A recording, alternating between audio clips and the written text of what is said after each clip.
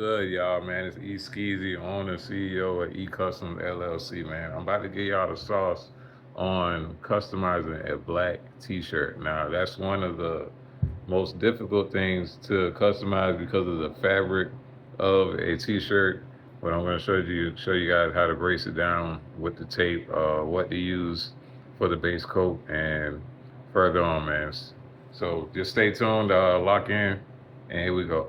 So I'm working on apparel right now. I'm doing custom work, custom paint work on apparel right now, and I want to give you guys like a little class on what it takes to do something like this. You have to be a very patient person, first of all, because it takes a lot of your time to do something like this. And don't be cheap about it because the materials aren't cheap if you want it to last a long time. And the process is it's labor. It's labor. So I'm gonna give you a shot. If you like art, you're a patient person in general. So you already know what comes with that. But the first thing you do when you're painting clothes is you want to use this right here. You want to use gesso. You know what I'm saying? Acrylic gesso. I think that's how you pronounce it. But you use that for the base. It's like a base coat, so the paint can actually, stick to the material. Now, before that, I don't know why I said that was first, but before that, you want to draw it on there. You want to draw it on there first. That's probably one of the most, these are the two most tedious parts here. Drawing it on the canvas, which is the shirt, especially if it's black. With black, you want to use this marker right here. It's a chalk marker, or just use anything like a white marker or something like you're drawing a chalkboard because you want your outlines to show. I'm freehanding this right now, but you could stand it up, use the projector, and kind of get the exact shape of what you want, man. But I like the freehand, man. But I freehand it, and then I fill it in with the gesso. That's a kind of a long process because of, like I say, the material. It moves around. You want it to be as stable as possible. So I use this tape here. Sometimes I put a canvas in between. That's about the size of the shirt. And I still tape it so I can stretch the shirt out to leave it, straight like it's ironed or so. And then I start applying the gesso. So that's the first process. The second process is adding color, but I'll show you guys that after I get done filling in this gesso right here, this white gesso. All right.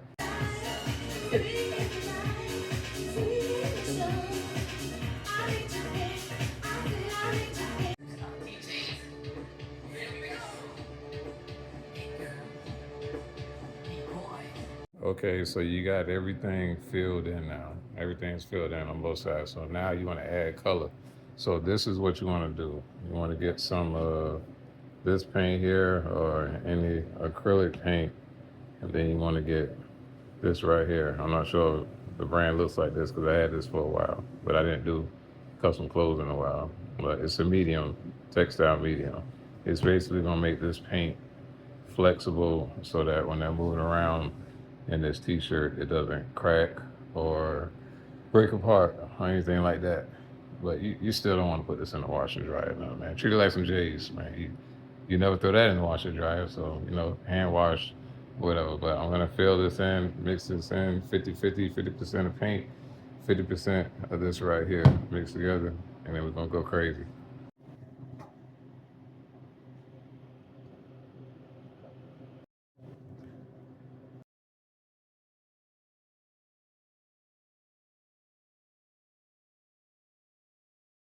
All right, so I've applied the first coat of red here with these three brushes looking like Zorro from One Piece, three sword style, man. If you know, you know. But if you look closely, you can tell the difference. This is one coat, so you can see the black through it, sort of, kind of. And this is two coats where you really can barely see that black through it. Once I add the other colors and the outline, you won't be paying attention to that at all. But I'm gonna add the brown and the pinks to the brain, and then I'll come back to you guys then. All right, so we back again. I filled in everything, filled in the white, filled in the red, all the wording, all the, the one character and whatever else, and with two coats. So very vibrant, very vibrant. So I tape everything down because I'm about to hit it with the lining, then I hit it with the detail. I do either or, depends on, how I'm feeling. But here I did a couple of the lines on this one, and I'm gonna come back with the details on that one.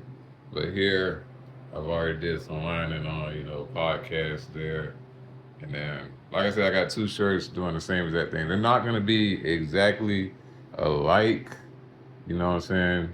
Because I didn't use a projector, which is kind of cool that it's not, because it gives it that different look. They're not all gonna be the same. I mean, I like stuff like that. My work, that's how I like my work to be. I don't want nothing to look like what the last thing looked like. So yeah, I'm gonna continue doing this line work, and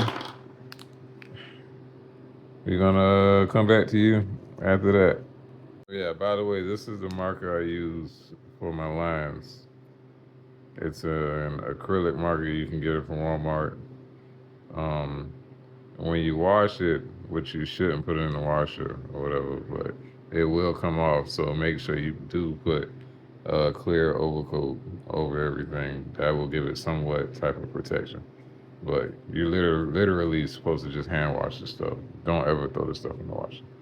You skeezy out. Right now, I'm adding the details. So these are the details, pretty much. Where all of my artwork, I like to make it look a little cartoonish. That's my specific art style here. So I do some kind of lining with either the marker I had or this marker right here. It's like a sharp.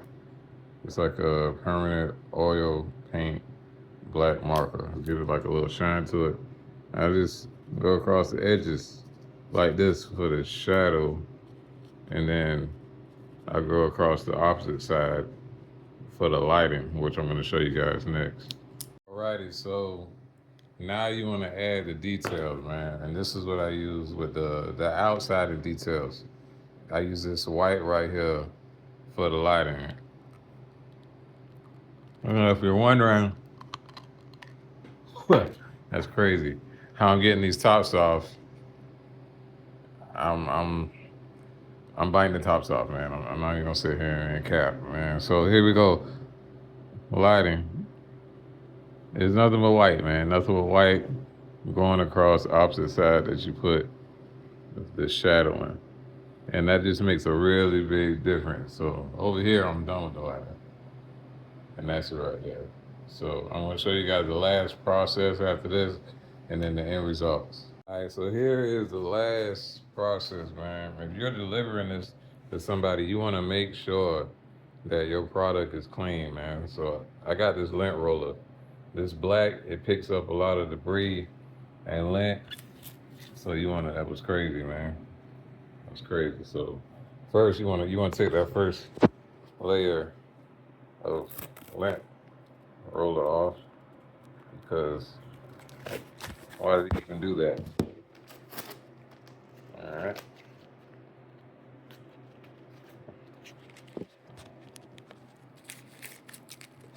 All right, so here's the last process, man. If you're delivering this to somebody, you want to get the lint, debris, or anything off of the product, man, because you want it to be, I did it the right way that time. You want it to be clean for delivery, man. Clean for delivery. Basically the same way you got it, you want it to look that way.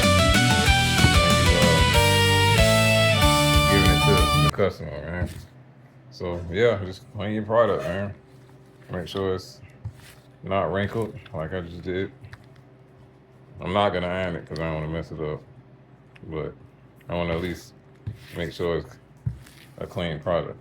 But I'm gonna put the reaction of the owner of this nice E-Custom getting this product, and you guys just let me know what you think about it.